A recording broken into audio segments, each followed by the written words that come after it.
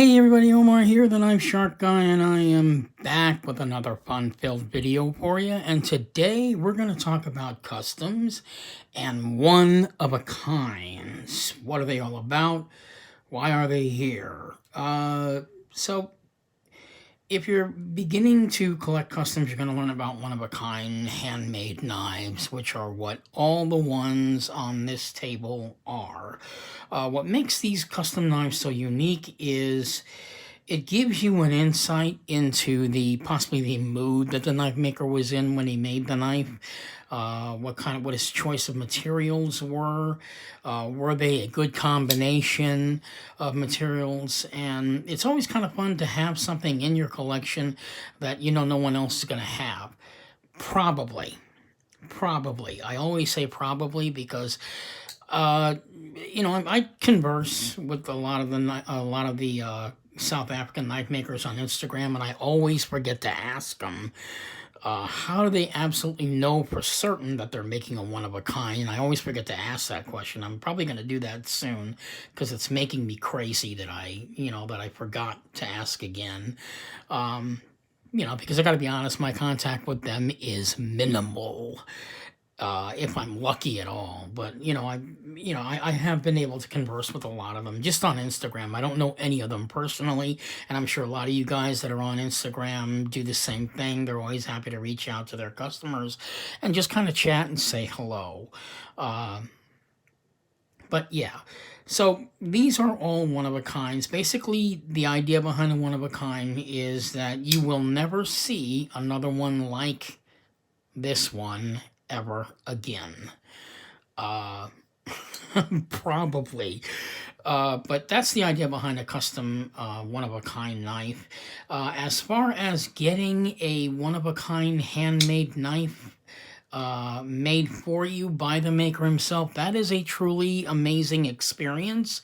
Out of all of the 6 on the table, I am sad to say this is the only true custom that I own. I actually had a hand in making this knife and suggesting what I wanted on the knife. I just said that I wanted some sort of animal on the knife. That's all I said. I swear to God. I didn't say anything else. The knife was made for me by Andre Thorburn. The guy is just a really true artist.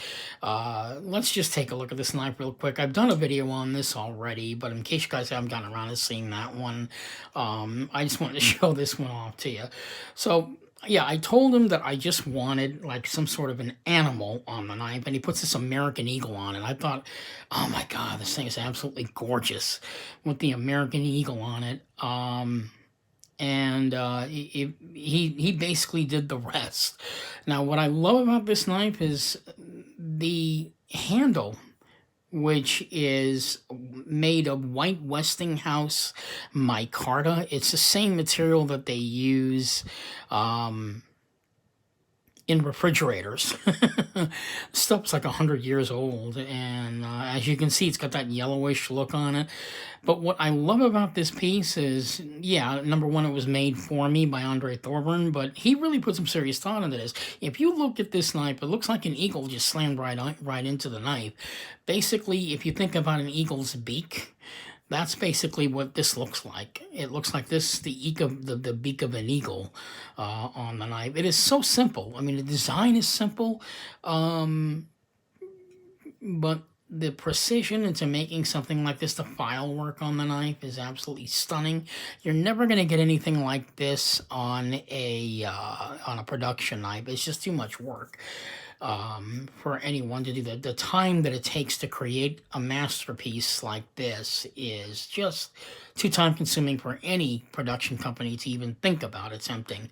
But custom knife makers, that's why you go to them, to have something unique made for you. Now, a word about getting a knife made for you. I think Epic Snuggle Bunny touched on this, and he's absolutely correct.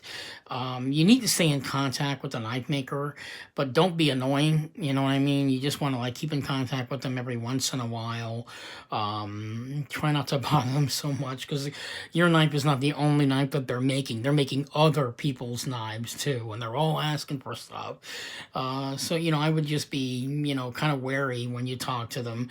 But when you're getting a custom knife made for you, if a knife maker first of all, I forgot to mention, when you get a knife made for you, you don't put any money down at all. Basically, they just make the knife and you pay when they are done. Need to make that clear.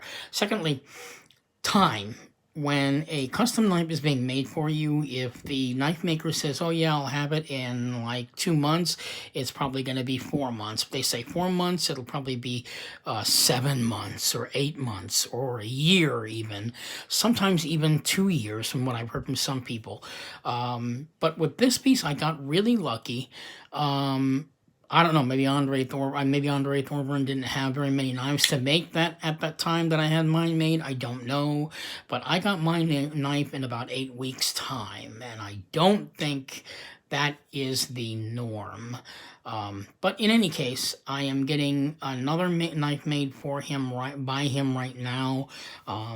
Unfortunately, due to the COVID-19, I probably won't see that knife for a while. He told me he just started working on mine.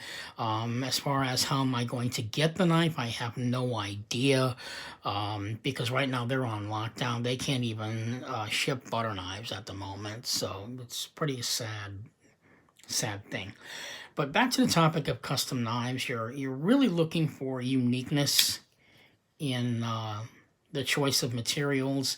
Maybe I'll give you a little insight on the mood that the knife maker was in when he chose the materials. And when they're done, you have to assume that they just had this emotional release or something after creating something like this. I mean, it sounds kind of silly, but that probably is fairly true. Secondly, when it comes to one-of-a-kind handmade knives, if you look at these knives here, they're going to have a lot of bling to them. A lot of things, a lot of different materials are going to be on the knife. On my Erucus Blue Maris piece here, this is one of my all-time favorites in my collection. Look at all of the stuff on it. First of all, it's got the black carbon fiber handle on it, shredded carbon fiber. It's got the Dama steel bolster. It's got a carbon fiber back spacer. I mean, even the gray titanium pocket clip. There's a lot of stuff on it. And basically what they're doing in a case like this with customs is that they're using all different kinds of materials to make the knife truly unique and truly one of a kind. And it's always that case when it comes to one-of-a-kind knives. There has to be something unique about it. In this case, with my Willem Steenkamp, this one's also a one-of-a-kind handmade knife. There's not a lot of bling to it, but he used brown micarta on the knife. That is a rare material right there. And also on the back spacer. Apparently it's a super rare material. You probably never used it in this color before. So I'm guessing that that's probably what made this one one of a kind. Plus the, that sort of copper brash colored look on the knife makes it really unique. Just overall beautiful. Beautiful, beautiful color on this one. And then there's the one-of-a-kind, what they call one-of-a-kind full dress pieces, which is what this knife is. This knife is called a full dress piece. A full dress piece is where every piece of the knife has got some kind of decoration on it. There is nowhere on the knife is there not any kind of bling on it. So if we look at this piece here, we've got the blue Timascus bolster on it with the shredded marble carbon fiber, and you've got the file work that's just blowing me away right there. The blue titanium file work, that's done by hand. The time it takes to do that. It could be done. I'm assuming it's done by hand. Maybe it's done by CNC machining, but I'm guessing that it was actually made by hand. The file work is made by hand. I'm sorry, it actually is made by hand. It actually says so.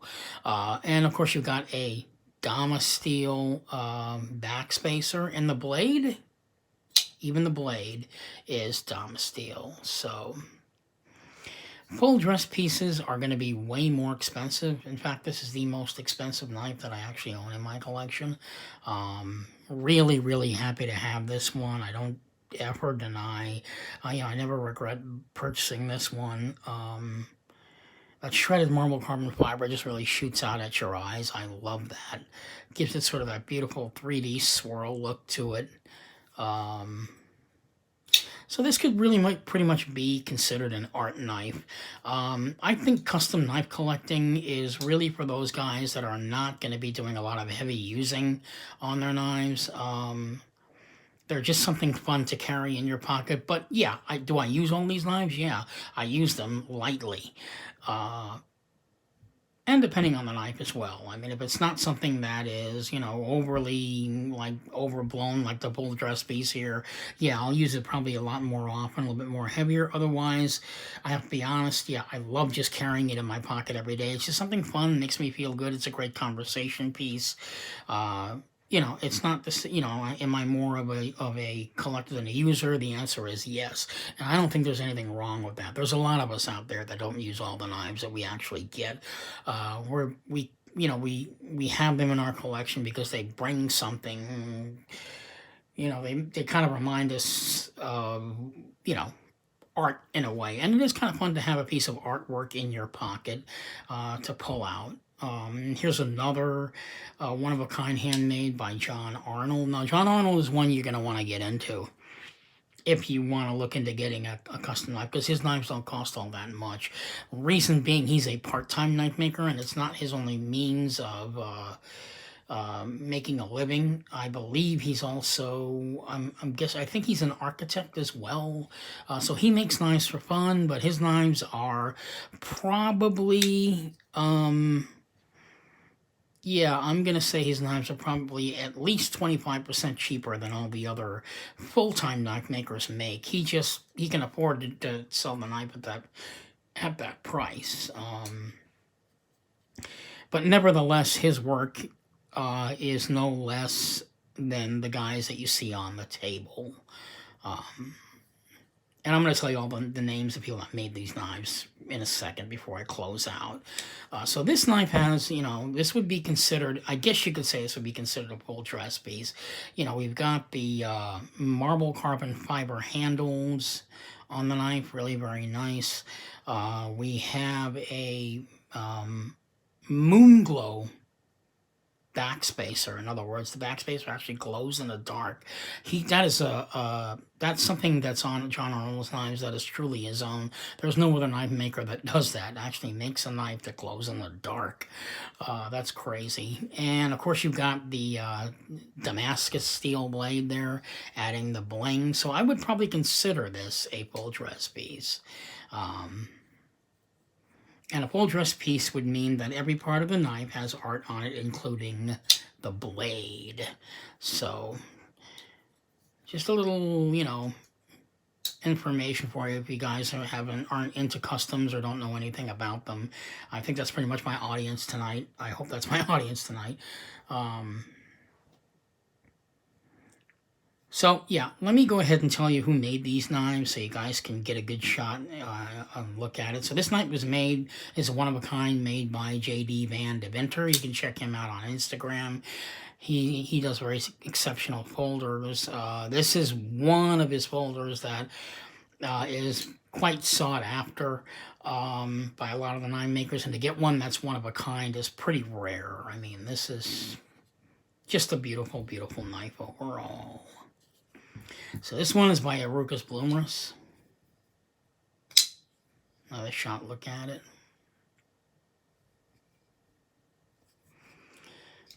This is the Arucas Bloomerus full dress piece right here.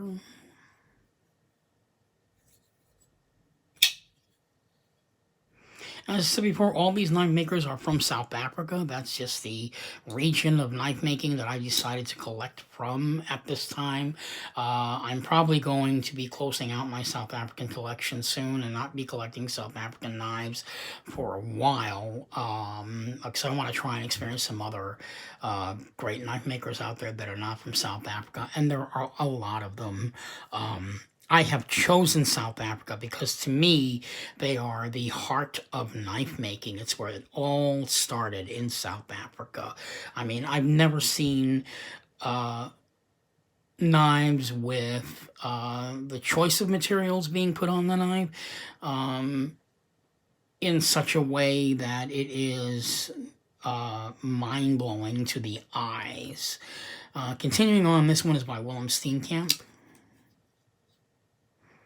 One of a kind Willem Steenkamp with a with the brown micarta going all the way around the knife, and it's also got the brass colored, or I guess the copper color, sorry, yeah, I'm gonna say brass colored pocket, titanium pocket clip on that.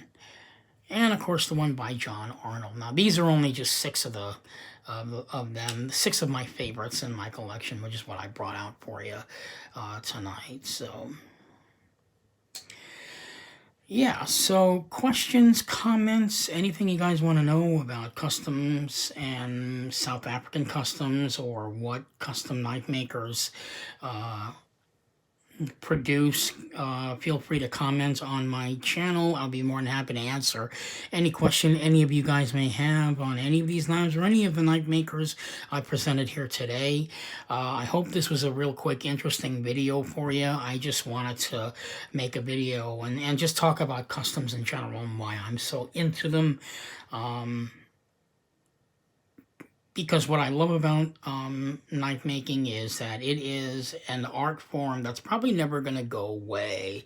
I mean, we're always going to have our iPhones, we're always going to have technology, we're always going to have all this technology all the way around us, and then in the middle of all that, we're going to get just a simple tool that can become a work of art. So this is Omar, the Knife Shark Guy, signing off, hoping you found this video pretty interesting. I do have a new custom that I'm going to be presenting to you guys tomorrow. I can't wait to show that one off to you. In the meantime, this is Omar, the Knife Shark Guy, signing off. Hoping you'll find one of these fantastic, one-of-a-kind art pieces in your collection someday. Thank you so much for watching, and you guys have a really good, fantastic Friday evening. Stay safe. You know, hopefully the COVID-19 will go away and we can all go back to living again. Thank you so much for your time, and you guys have a great night.